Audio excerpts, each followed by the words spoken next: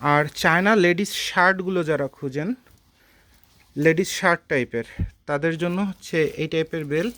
এখানে শার্ট টাইপের পরে অল্প কিছু কটন পড়ে, অল্প কিছু কটন পড়ে, আর বাকিগুলা জর্জেট, তারপরে সুন্দর সুন্দর ফেব্রিক্স পড়ে এবং প্রিন্ট পড়ে, সলিড কালার পড়ে এবং খুব স্টাইল থাকে। চায়না কাপড়ে স্টাইল থাকে।